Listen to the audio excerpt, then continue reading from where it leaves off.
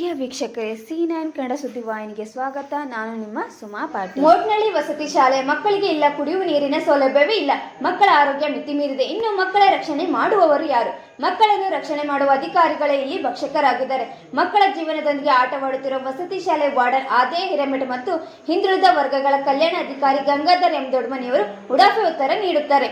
ಸರ್ಕಾರ ಹಿಂದುಳಿದ ಪ್ರತಿಭಾವಂತ ವಿದ್ಯಾರ್ಥಿಗಳ ಭವಿಷ್ಯ ರೂಪಿಸಲು ಅನೇಕ ಯೋಜನೆಗಳನ್ನು ಜಾರಿಗೆ ತಂದಿದೆ. ಪ್ರತಿ ವರ್ಷ ಕೋಟ್ಯಾಂತರ ರೂಪಾಯಿ ಅನುದಾನವನ್ನು ಯೋಜನೆಗಳಿಗೆ ಬಿಡುಗಡೆ ಮಾಡುತ್ತಲೇ ಇದೆ. ಆದರೆ ಅದು ಎಷ್ಟರ ಮಟ್ಟಿಗೆ ವಿದ್ಯಾರ್ಥಿಗಳಿಗೆ ತಲುಪುತ್ತಿದೆಯೋ ಇಲ್ಲವೋ ಎನ್ನುವುದಕ್ಕೆ ಈ ಮೊರಾರ್ಜಿ ವಸತಿ ಶಾಲೆ ಸಾಕ್ಷಿಯಾಗಿದೆ. ಹೌದು, ಗುರ್ಮಿಟ್ಕಲ್ ತಾಲೂಕಿನ ಮೋಟ್ನಳ್ಳಿ ಮೊರಾರ್ಜಿ ವಸತಿ ಶಾಲೆಯಲ್ಲಿ ಮೂಲಸಭೆ ಕೊರತೆಯಿಂದಾಗಿ ಬಂದಳ್ಳಿ ಗ್ರಾಮದ ಜವಳಿ ತರಬೇತಿ ಕೇಂದ್ರದಲ್ಲಿ ನಡೆಯುತ್ತಿದೆ. ಈ ಹಾಸ್ಟೆಲ್ ಅಲ್ಲಿ 6ನೇ ತರಗತಿಯಿಂದ SSLC ವರೆಗೂ 210 ವಿದ್ಯಾರ್ಥಿಗಳಿದ್ದು, ನಿಲಯದ ವಿದ್ಯಾರ್ಥಿಗಳಿಗೆ ಗುಣಮಟ್ಟದ ಊಟ ನೀಡುತ್ತಿಲ್ಲ. ಸ್ನಾನಗೃಹ ಶೌಚಾಲಯಗಳಿದ್ದರೂ ಅವು ಪ್ರಯೋಜನಕ್ಕೆ ಬರದಂತಾಗಿವೆ. ಇದರಿಂದಾಗಿ ವಿದ್ಯಾರ್ಥಿಗಳಿಗೆ ನಿರ್ಜನ ಪ್ರದೇಶದಲ್ಲಿ ಬೈಲ್ದೆಸೆಗೆ ಹೋಗುತ್ತಿರುವುದಾಗಿ ವಿದ್ಯಾರ್ಥಿಗಳು ವಸತಿ ನಿಲಯದ ಅವ್ಯವಸ್ಥೆ ತೆರೆದಿಟ್ಟರು.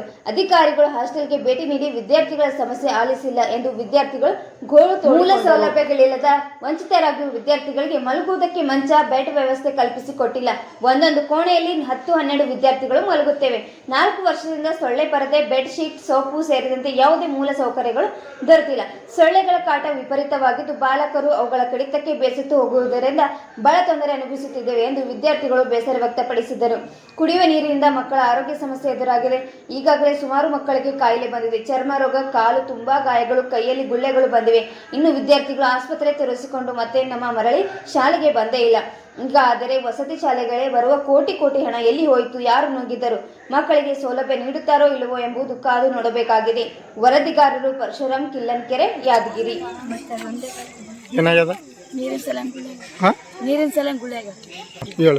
ಬೋರ್ ನೀರು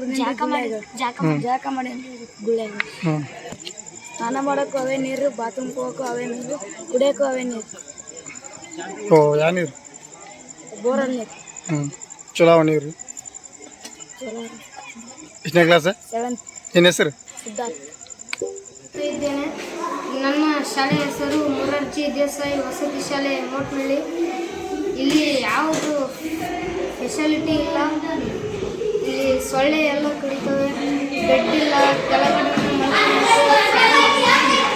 ಏನಿಲ್ಲ.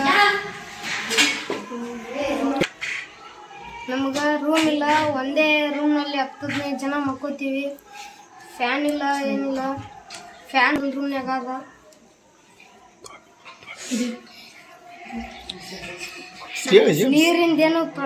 ನೀರಿಂದು ಪ್ರಾಬ್ಲಮ್ ಐತಿ. ಅದನ್ನ ಬಾತ್ರೂಮ್ಗೆ, ವಾಶ್ರೂಮ್ಗೆ ಎಲ್ಲ ಪ್ರಾಬ್ಲಮ್ ಐತಿ.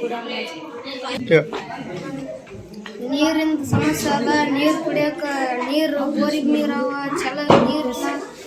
ದಾಮಿ ಎಲ್ಲ ಕಡಿತಾವ. ಕರೆಂಟ್ ಚಂದಿಲ್ಲ. ಓದಕ್ಕೆ ಬಂದೀವಿ, ಓದಕ್ಕೆ ಅನುಕೂಲ ಇಲ್ಲ.